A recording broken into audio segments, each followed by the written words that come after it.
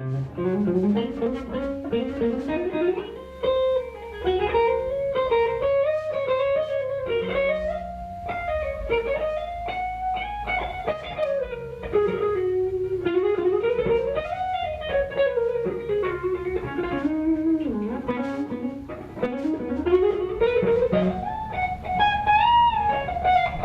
I make a dish, I think of a beautiful harmony, I think, or a beautiful song. You know, a dish should be in tune, should use a certain scale and a key, and certain instruments add a certain flavor.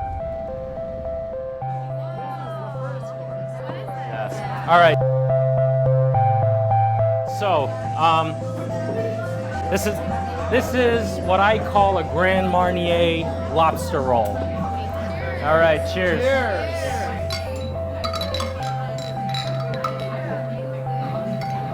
You know, I was thinking about what you eat after midnight and, you know, after a long day of work, and you end up eating a lot of junky, fat boy bar food, right? So, you know, I was thinking sandwiches, heavy, hearty sandwiches, so I thought of a lobster roll. And then I also thought of, you know, the crispy, creamy Chinese takeout shrimps with the candied walnuts. So that's what I'm trying to replicate in a lobster roll.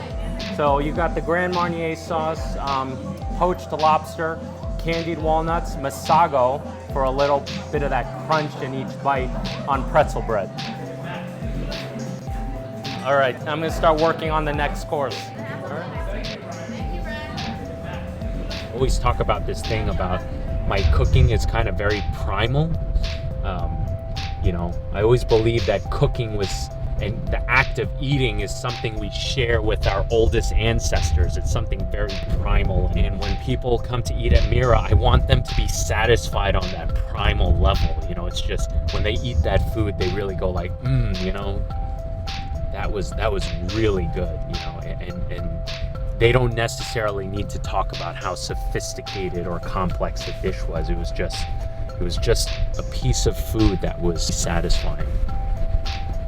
Got the next batch of sandwiches. Oh my.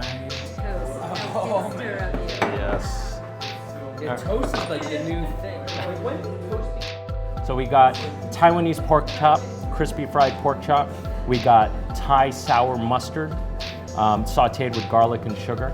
And then the star of this sandwich, I think, is the tea egg salad.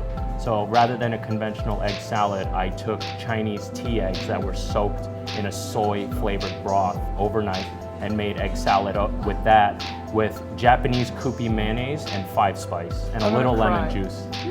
And then to top it all off, I topped it with the Taiwanese pork sauce called rotap, which is actually a peasant sauce made with pig fat and pig skin, but in this case, I used Korobata hog instead of pig fat.